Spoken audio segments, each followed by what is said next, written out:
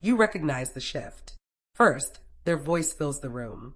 It is loud, sharp, and highly agitated. They tell you they are just frustrated, that they are trying to teach you a valuable lesson. But look closely at the person on the receiving end. Their shoulders tighten. Their eyes drop. Their whole body starts to physically shrink, as if making themselves a smaller target.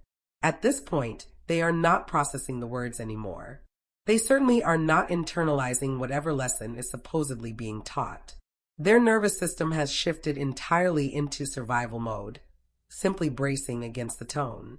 When correction crosses the line into degradation, the educational value completely disappears. The listener is no longer thinking about how to improve. They are only thinking about how to make the yelling stop. Then, hours or even days later, the storm passes. The same adult comes back. Their voice is suddenly softer. They might offer a plate of food or casually touch a shoulder, acting as if everything is completely back to normal. But one specific phrase never arrives. I am sorry. No one says, I should not have spoken to you that way. No one takes accountability for the humiliation that just took place. A healthy conflict cycle works in 3 steps: rupture, reset, and repair. What we are looking at here is the apologyless repair echo. It is a pattern where a person equates a lowered volume with relational healing, leaving the actual repair completely out of the equation. Accepting calm after harm as a substitute for a genuine apology keeps the relationship in a loop. The cycle moves right back to rupture, leaving the injured person confused and forcing them to carry the emotional damage of the conflict entirely alone. To understand how this cycle gets wired into behavior, we have to look back. Picture an 8-year-old sitting at the kitchen table, struggling with a math worksheet. An adult sits nearby to help.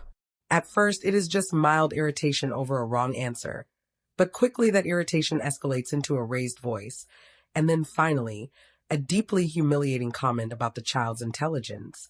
Biologically, shame and fear interrupt the brain's ability to learn and form memories. The child abandons the math problem completely.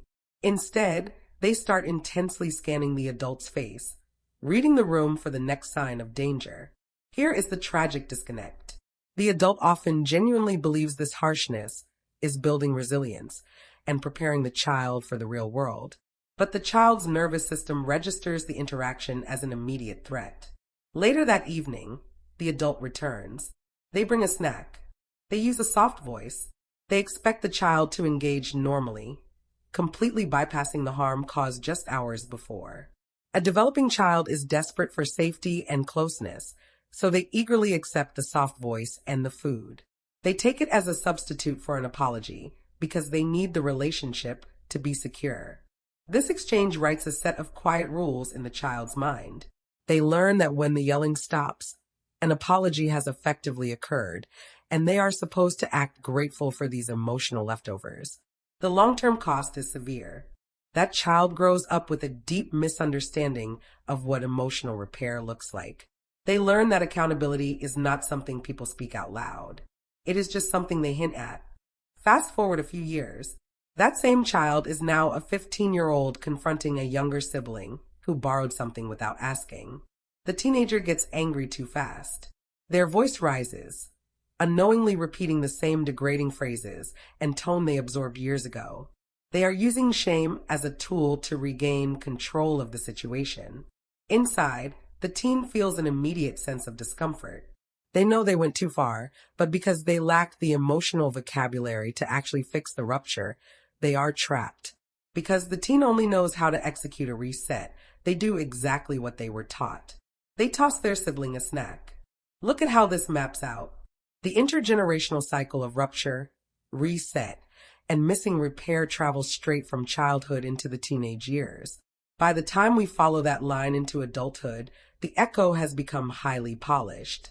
Decades of this unaddressed cycle allow silent emotional harm to heavily compound over time.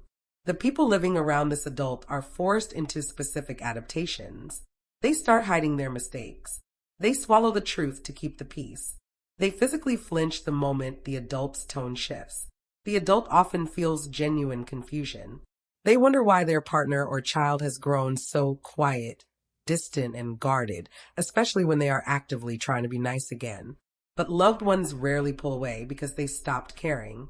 They pull away because a softer tone cannot reach the specific emotional injury caused by degrading words. Breaking this echo requires the adult to make a very deliberate trade. They have to swap defensive shame for explicit responsibility. True repair demands speaking out loud. It means explicitly naming the harm, admitting to the harshness of the tone, and stating clearly that the person did not deserve to be spoken to that way. A successful apology focuses on how the words actually landed, as fear or humiliation, completely independent of the adult's original intent to teach a lesson. Recognizing this echo is a deliberate choice. You can stop defending the pattern, pause before you react, and actively choose true repair over a false reset.